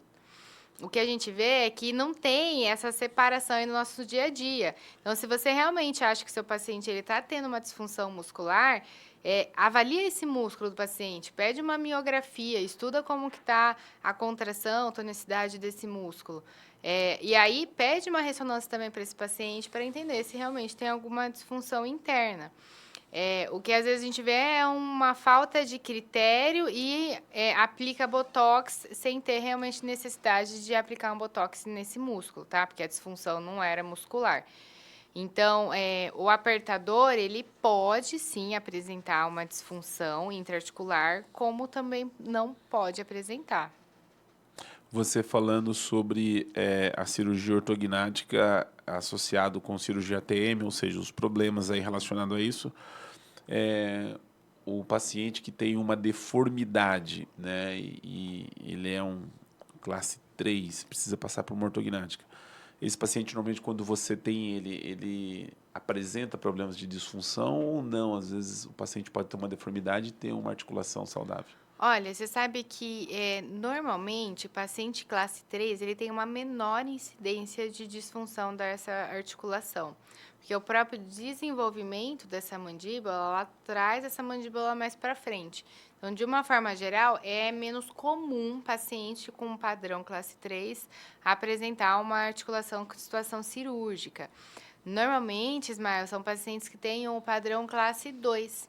O classe 2, ele normalmente apresenta uma disfunção, e aí essa disfunção, ela pode ser cirúrgica ou não, tá? Mas isso tem a ver também com o perfil de crescimento desse paciente. Na sua casuística aí, você operou mais pacientes, o 2, o 3, assimétrico? O que você mais operou aí?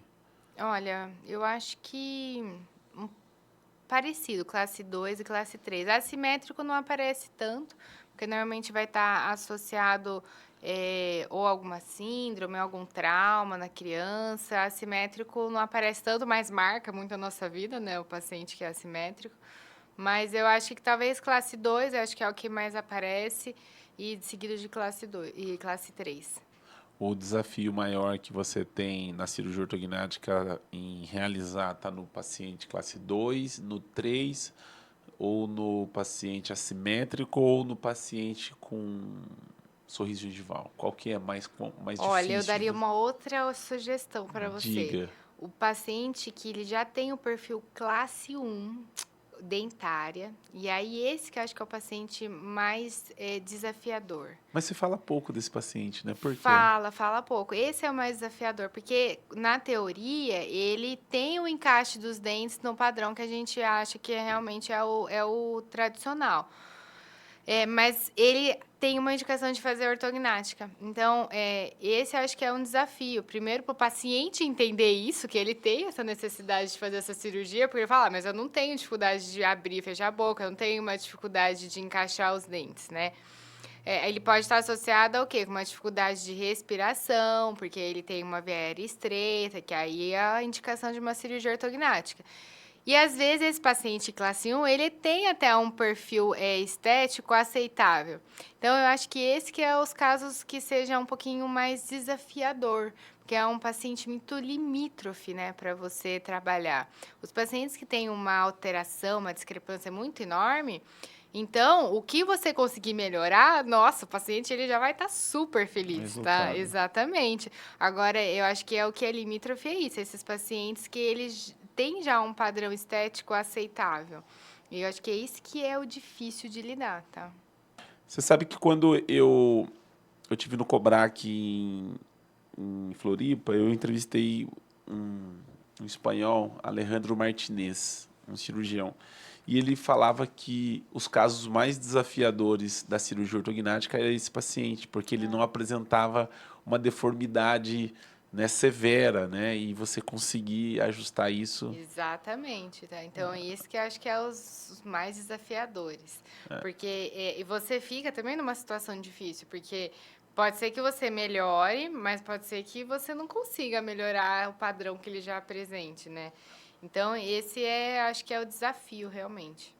A cirurgia ortognática hoje, ela vem assim com novas técnicas, né, abordagens diferentes, se propaga e alguns colegas usam da técnica da minimamente invasiva. Eu sei que você está num serviço que os cirurgiões são raiz, né?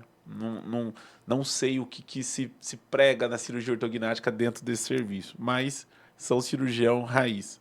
A minimamente invasiva faz parte do seu dia a dia? Como que é isso? Olha, de uma forma geral, não, porque como a gente tem uma visão para disfunção muito importante, para articulação, o que a gente vê que a minimamente normalmente causa para articulação? Ela normalmente dá uma alteração de torque no côndilo.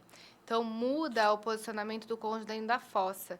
Porque a minimamente invasiva, ela leva essa osteotomia sagital para a região mais posterior do ramo da mandíbula. Então, o segmento proximal, ele fica sem estabilidade. Então, esse côndilo, ele acaba dando um torque e saindo da sua posição. Então, a gente é mais criterioso em relação a realmente a minimamente invasiva. A técnica que a gente usa é a osteotomia mais tradicional, mas a gente traz ela bem aqui na frente, mais ou menos em primeiro molar, né? Então, a gente não tem a necessidade de usar trocáter, a gente faz a fixação tudo por dentro da boca mesmo. De uma forma geral, esse tipo de osteotomia, ela trouxe muita estabilidade para o côndilo. Por quê? Porque ele tem um braço de alavanca maior. Então, esse segmento que vai ficar solto, ele vai ter o quê? A certeza que vai estar em contato com o outro osso. Então, o côndilo, ele vai ficar provavelmente na posição mais tradicional possível dele. Então, ajuda na estabilidade dessa articulação. Então, na verdade, que todo serviço que tem um olhar apurado para a articulação, ela também se questiona um pouquinho sobre a minimamente invasiva, tá? Não só quem é raiz, mas quem é cirurgião que tem um olhar para a disfunção um pouquinho mais apurado, ela se questiona realmente sobre a alteração que a minimamente invasiva ela pode provocar na articulação. Você sabe que ainda ninguém havia falado com esse olhar da minimamente invasiva que você trouxe hoje. É uma pergunta que eu sempre faço E esse vai ser um dos nossos cortes do nosso podcast, que foi muito bom esse ponto de vista seu. E foi legal, gostei dessa resposta que eu não tinha escutado ainda. Todo mundo fala da impactação, dos grandes avanços, mas ninguém associou ainda aqui a articulação como Ô, sendo um dos. Ismael, é que você não sabe a quantidade de pacientes que a gente absorve que realizou a minimamente invasiva e teve intercorrência e aí procura o nosso serviço. Então, o serviço que ele tem um olhar bem apurado para a articulação, realmente se questiona se a minimamente invasiva é ela indicada para 100% dos casos, tá? Eu acho que sim, ela provavelmente vai ter as suas indicações pontuais, mas não pode destacar para sempre as técnicas de osteotomia sagital que faz na mandíbula, justamente pela estabilidade dessa articulação, tá? Então, é algo que ainda a gente tem que, tanto cientificamente ir atrás e comprovar para minimamente e em relação à técnica tradicional, tá? Porque nunca se tem esse estudo em relação ao posicionamento do côndilo. O que a gente fica estudando o côndilo ele vai se adaptar nessa nova forma. Sim, ele vai se adaptar porque ele vai absorver e aí vai ter uma alteração degenerativa nessa articulação. Então, a cirurgia ortognática que levou a uma absorção desse côndilo. Então, de uma forma geral, a gente vê que isso acontece na minimamente invasiva, tá? Então, eu acho que calma, critério é uma coisa nova que está no mercado, você tem que ter técnica para fazer a minimamente invasiva, instrumentais específicos para fazer essa técnica, e ela está indicada quando bem indicada, tá?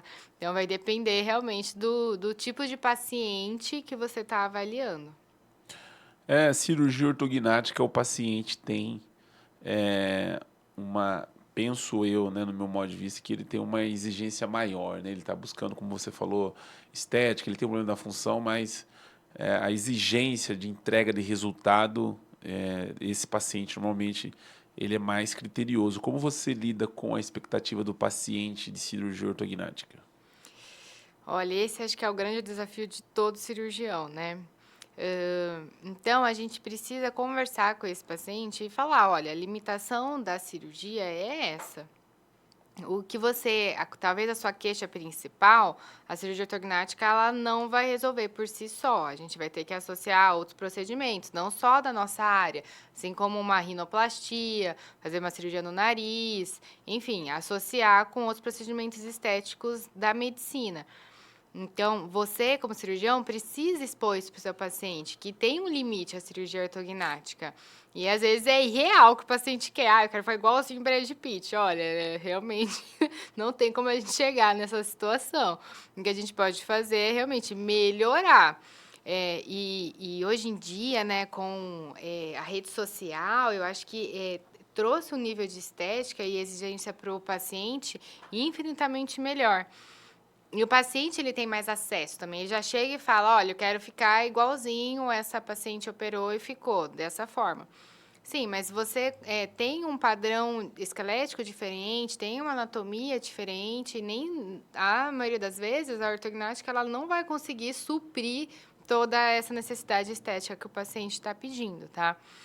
Então, realmente, eu acho que o grande desafio da ortognática hoje em dia é isso, como suprir, alcançar ou essa expectativa desse paciente. Então, eu acho que isso para todo cirurgião, tá, Ismael? Pensando no paciente, falando de cirurgia ortognática, qual é a queixa do paciente que tem o sorriso gengival, né? Esse paciente que entendeu que a cirurgia ortognática pode mudar a vida desse paciente, né? Esse paciente apresenta quais queixas, né, normalmente quando ele procura o cirurgião do sorriso gengival? Ah, incomoda muito a minha gengiva, né? Essa é a primeira fala que o paciente tem. Ah, qual que é a sua queixa principal? Expõe muito gengiva. E é um paciente que ele provavelmente ele já está há muitos anos de aparelho para tentar corrigir, porque ele acha que, na verdade, a alteração dele é basicamente dentária e não, é uma alteração esquelética, né? Então, a maioria deles já questiona isso, não quero aparecer tanta gengiva. E a gente também fala, olha, tem um limite o quanto que eu posso impactar essa sua maxila, porque de uma forma geral, se a gente impacta muito, não expõe muita gengiva, o paciente fica com uma aparência mais velha, porque justamente esse ar de jovialidade, ela está associada ao fato de expor gengiva no sorriso. Então, pode ver que conforme a gente vai envelhecendo, vai expondo cada vez menos gengiva, porque também tem uma, deficiência dessa musculatura. Então, o paciente que aparece muito sorriso gengival, a queixa principal dele é isso. Aparece muita gengiva e isso me incomoda. Ou tenho dificuldade de selamento dos lábios, eu não consigo ficar em repouso e os lábios se tocarem um no outro, ele tem que fazer força para fazer esse selamento, isso também às vezes é uma queixa. Enruga aqui o queixo para conseguir selar o lábio. Fica de boca aberta, né? Respira às vezes pela boca. E o paciente é classe 2, né? Porque o paciente não entende que ele é classe 2, né? Ele tem uma Olha, deficiência. Já entende? tem paciente que já fala, eu já sei que eu tenho esse perfil, classe 2, né? Porque a internet, ela é boa e ruim, né, Ismael? É boa porque a gente ficou mais fácil ter acesso às informações, só que o paciente ficou também mais criterioso, porque o paciente, ele também já chega com a maioria das vezes com essa informação, tá? Às vezes, o paciente realmente não tem esse conhecimento, mas de uma forma geral, eu vejo que os pacientes, eles já chegam com essa informação, tá? No consultório. A queixa desse paciente do classe 2. A queixa, principalmente, pode estar associada à respiração. Então, na maioria das vezes, ele é um paciente respirador bucal. Então, isso é uma queixa. Às vezes, a queixa também pode ser da o quê? Da projeção do mento, né? Do queixo. Então, esse paciente padrão classe 2, ele tem uma mandíbula mais retruída, né? Então, principalmente, eles falam em fotos de perfil. A maioria deles fala, não tiro foto de perfil de jeito nenhum, que aí é uma queixa estética. E também pode estar associada a uma queixa de funcional, respiração mesmo, tá? O paciente tem muita dificuldade para respirar, fica de boca aberta o tempo inteiro, tem dificuldade para dormir, um sono regular. Então, esse é meio o perfil do paciente classe 2. Esse paciente, normalmente, ele pode estar associado com um ronco, apneia ou nem sempre? Como que é isso? Pode estar sim, principalmente se ele tem uma via aérea extremamente estreita, esse paciente fatalmente ronca que acorda a casa inteira. Então, às vezes, quem é casado que vem na consulta e fala, olha, não aguento mais, tô dormindo no quarto separado de tanto que ronca. E aí é engraçado que às vezes você opera, né, o paciente, aí volta o casal depois na consulta e fala, agora eu voltei a dormir junto, tá? Então, o ronco, ele pode estar associado, sim, com certeza. E o sobrepeso, ele também tem influência nisso. Então, o paciente que já tem esse perfil e tem o sobrepeso, piora aí a condição de respiração dele à noite. Então, ele é um paciente que ele tende a piorar o ronco dele. E aí, um paciente que tem sobrepeso e tem esse tipo de padrão, com certeza a gente vai ter que entrar com uma avaliação do otorrino também. A perda de peso ela vai estar incluída no tratamento também. Então, a ortognática ela seria depois, tá? Essa cirurgia, normalmente, ela sempre vai envolver o ortodontista. Na maior parte das vezes, o trabalho desse profissional. Qual é a importância do ortodontista na cirurgia ortognática? Olha, se eu pudesse falar, eu acho que a cirurgia é ínfima perto da importância do ortodontista, tá? O ortodontista, ele que vai atender esse paciente inicialmente, porque ele não, esse paciente ele não vem diretamente no bucomaxila, ele vai primeiro que, eu quero tratar, alinhar os meus dentes, então ele vai procurar o ortodontista. E o ortodontista, ele que vai fazer esse diagnóstico muitas das vezes. Fala, olha, realmente isso daqui é um caso de ortognática. Então, o ortodontista, ele é o nosso parceiro. Quem indica muito paciente cirúrgico é o ortodontista. Então, para a gente pensar numa cirurgia ortognática, esse paciente ele vai ter que fazer um preparo ortocirúrgico, alinhar e nivelar esses dentes. Essa comunicação com o ortodontista ela tem que ser de fácil acesso. Aí vem a cirurgia e depois, no pós-operatório, esse paciente ele vai continuar ainda finalizando com o ortodontista.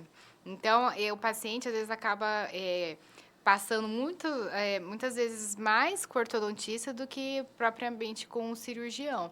Então, o ortodontista, ele, assim, acho que a chave principal, tá? Se um ortodontista ele não faz um trabalho legal, não tem como levar esse paciente para cirurgia, tá? E a fisioterapia? Super, olha, fono e a físio são nossos parceiros também de trabalho. Então, principalmente no pós-operatório, esse paciente ele tem que fazer sessão de fisioterapia. A fono, ela vai ajudar muito naqueles pacientes que têm já uma alteração muito importante. Então, a ortognática, a gente muda o posicionamento da língua. Então, esse paciente, ele tem que fazer realmente uma fono para a fono ensinar ele agora o novo posicionamento dele. Porque você tem que pensar que o quê? Eu fui, operei o paciente, de repente ele acordou e está tudo mudado de alteração. E nem sempre o tecido mole, ele acompanha isso dessa forma, dessa agressividade que é. O tecido mole, ele demora para se acomodar no novo posicionamento que a gente levou nessa cirurgia. Então, Ismael, com certeza, tá? A fono e a fisio são parceiras nossas de trabalho e o paciente ortognática tem que fazer as sessões de fisioterapia e a fono, ela ajuda bastante. A fono, eu acho que tem casos que é obrigatório fazer fono e tem casos que não teve tanta mudança, assim, acho que a gente até pode analisar melhor. Mas a fisioterapeuta, com certeza. Inclusive no pré, tá? Então, a gente indica ao paciente fazer pelo menos umas 2 sessões com a fisio antes da cirurgia, porque ativa o processo de drenagem linfática dele. Então, ele tem um pós-operatório aí já um pouco mais confortável. E como é a sua relação com o ortodontista, já que ele é o indicador desse paciente e, obviamente, precisa ter uma relação aí, vocês precisam construir um caminho, um planejamento, como que você lida com os seus ortodontistas aí que te indicam o paciente? Você tem que ligar, falar, tá com dificuldade, eu vou no seu consultório, vem aqui, vamos sentar, alinhar, porque eu preciso que ele entenda o que eu preciso que ele deixe o paciente para, na cirurgia ortognática, acontecer essa estabilidade dessa oclusão. E nem sempre o ortodontista consegue ter essa visão do que eu preciso que ele faça. Então, Ismael, não tem jeito. Você tem que ligar, conversar, encontrar com o profissional e alinhar mesmo a conduta para os dois chegarem no mesmo ponto. Às vezes isso é fácil, às vezes é um pouco mais difícil, mas de uma forma geral a gente tem um bom relacionamento com o ortodontista, tá? E acho que é aquela história, né? Quanto mais parcerias de trabalho você tem com os ortodontistas, mais pacientes ortodontistas te encaminham, né? Para finalizar a cirurgia ortognática, todos os seus casos você tem um planejamento virtual para a ortognática? Todos. Sim, isso é rotina, padrão. Eu não nem penso mais na possibilidade de não fazer. Vai ser só um avanço de mandíbula. Será que realmente tem necessidade? Faz realmente planejamento, é bom. Por lei, eu acho que você também tem que fazer já o planejamento virtual. Não tem nem como pensar em fazer uma ortognática sem planejamento virtual. Mesmo em casos onde você acha que vai mexer só em mandíbula, não teria necessidade, porque você já vai finalizar na oclusão final do paciente. É válido principalmente porque você consegue mostrar isso para o seu paciente, o que você vai fazer e qual que vai ser a finalização do encaixe dos seus pacientes, né, do paciente. Então, o planejamento virtual não só para o cirurgião, mas também para o paciente é importante. O paciente ele consegue visualizar isso. Então, eu acho que é fundamental fazer. E, nos meus casos, a gente faz também em todos. Que tem uma vantagem imensa, né? Na cirurgia, no trânsito, você ter um planejamento, você consegue absorver melhor o tempo, o manejo, isso é muito importante, né? Ficou mais previsível, né? Ficou bem mais previsível. Então, você vai com mais segurança, quantos milímetros, você tem certeza, né? Então, melhorou bastante a qualidade da cirurgia ortognática com planejamento virtual. Doutora Solimar Pontes, né? Estamos chegando ao final do nosso podcast. É um prazer imenso poder recebê-la aqui no nosso estúdio da BucoCast em Piracicaba, nesse mês especial das mulheres. E, obviamente, antes de finalizar, eu tenho ainda 3 perguntas para fazer a você. Na verdade, não são 3 perguntas, né? Você vai deixar 2 mensagens e eu vou lhe fazer uma pergunta. Gostou do nosso podcast? Amei, Ismael. Quero voltar outras vezes. Muito obrigada pela oportunidade. É um prazer. Com certeza você vai voltar, porque nós vamos falar ainda é, com relação, pensando mais no paciente. Hoje nós fizemos uma pauta aí, como você é preceptora, você é formadora de alunos, e no mês especial das mulheres, para a gente é uma honra poder recebê-la aqui. Você que está nessa geração da bucomaxilo, né, se dedicando com muito afinco, né, dentro de um serviço que é referência dentro da especialidade hoje no Brasil, né, formando alunos, né, com uma dedicação imensa. Eu acho que é um grande exemplo para as mulheres mais jovens que estão buscando, né, essa carreira dentro da especialidade. Então, eu queria que você deixasse duas mensagens. Então, você vai fazer duas mensagens aqui. Essa é a sua câmera. Primeiro, para essas mulheres que estão buscando a formação, não só mulheres, mas alunos também, que você é formadora de aluno e nós temos muito alunos de graduação, né, dentro da especialidade. Você falou, eu fiz uma pergunta a você, se você pensou em desistir da residência, você disse assim, muitas vezes. E a gente se depara com alunos que estão aí nesse período, né, cara, será que eu continuo? Isso aqui está me cansando, será que vale a pena? Então eu queria que você deixasse primeiramente uma mensagem para os alunos de graduação que estão buscando a formação e depois eu queria que você deixasse uma mensagem especial para as mulheres nesse mês, né, de março, onde se comemora o Dia Internacional da Mulher. Perfeito. Essa é a sua câmera, vai lá. Bom, então, para os alunos de graduação ou já residentes, o caminho não é fácil, é desafiador, dá vontade de desistir, mas você tem que ter o propósito e se apaixonar por aquilo que você faz. Então, quando você ama aquilo que você faz, não que não vai existir dias difíceis, mas é justamente nos dias difíceis que o amor pelo que você faz que vai fazer você continuar e persistir. Então, persista, se dediquem, é uma longa jornada. Acho que, na verdade, a gente nunca finaliza essa jornada.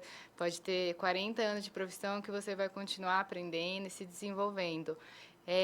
E persista, porque de alguma forma você vai conseguir chegar e vai conseguir realizar o seu grande sonho aí de se tornar e ser um cirurgião bucomaxilo. E agora para as mulheres, é, vocês que estão aí na graduação ou que já entraram na residência, eu sei que hoje em dia tem mais profissionais mulheres para vocês se inspirarem. Entre em contato com elas, converse, veja o que elas fizeram que vocês possam seguir para se desenvolver. É um caminho difícil, vai ter bastante dificuldade. Vocês vão ver que, às vezes, profissional que é homem vai ter mais facilidade, vai conseguir se desenvolver mais do que você, não porque ele é melhor, mas justamente por ele ser homem. Então, isso acontece de uma forma geral. Continua fazendo o que vocês fazem de forma correta, se dedicando, que vocês também vão chegar lá, vocês também vão conseguir se desenvolver na especialidade. E conte para amigo, né, no que eu puder também auxiliar vocês. Estou aberta, sou bem só acessível. E aí quero agradecer ao Ismael a oportunidade de estar fazendo esse podcast no Dia das Mulheres. É muito simbólico, principalmente para a nossa área. E espero que cada vez mais tenha a presença de mulheres aqui, mas também na nossa área, nos congressos. Participem dos congressos, estejam presentes, sejam professores, formadoras de opinião. É importante a presença das mulheres na nossa área. Muitíssimo obrigado, doutora Solimar Pontes. Você retornará aqui com certeza. Nós temos agora a Bucocast Academy, que é um espaço dedicado para os alunos de graduação dentro do nosso canal. E fica aqui o nosso convite para você nos trazer uma aula de 20 minutos, que é uma aula curta, que nós convidamos alguns professores. O professor Fábio Sato já esteve lá gravando com a gente. Essa semana vamos estar recebendo alguns colegas como o professor Aloysio Galiano, né, alguns colegas como Otávio Ferraz, né, falando sobre a apneia do sono, enfim. E como eu sei que você também ministra aula, está aí formando alunos, então na próxima você já vem com uma aula preparada para que nós possamos ter esse conteúdo de grande valor para a gente dentro da especialidade. E nós vamos voltar, sim, a nos fazer esse bate-papo, que eu quero explorar ainda mais o mundo da ortognática, que eu sei que você domina muito bem. Nós não falamos sobre pós-operatório, né? Nós não falamos sobre a dúvida tão temida do paciente, que é a tal da parestesia, ou, né? Como que é esse pós-operatório. E da disfunção tem muito assunto ainda, né? Tem muita coisa. E com certeza vamos marcar num próximo, mas num outro estúdio, tá? Você veio aqui em Piracicaba, eu acho que agora você vai lá em São Paulo. Lá em São Paulo. Lá em São Paulo. Ah, a caminhada é a mesma, viu? Você vir de Campinas para Piracicaba e para São Paulo. É que eu gosto dos interiores, Você gosta do interior, né? Mas eu acho que para ficar diferente, a gente vai levar você para São Paulo. E muito obrigado, viu, minha amiga? Obrigada a vocês, Mael. Com certeza eu volto, vai ser um prazer. Envia a pauta para mim. Eu vou te enviar a pauta antes. Não tem problema nenhum com a pauta, viu? Tá bom, eu agradeço. Obrigada, de verdade. Você que nos acompanhou pelo canal da BucoCast, ainda não é inscrito no nosso canal, vai lá, se inscreva no nosso canal também. Nós temos o nosso Instagram e nós vamos deixar na descrição desse vídeo, né, o link aí das redes sociais da doutora Solimar. Você que tem a dúvida ou ficou, né, com alguma dúvida do que nós tratamos aqui hoje, pode chamar ela lá que ela vai te responder com maior atenção e carinho. Nosso muito obrigado e até o próximo episódio.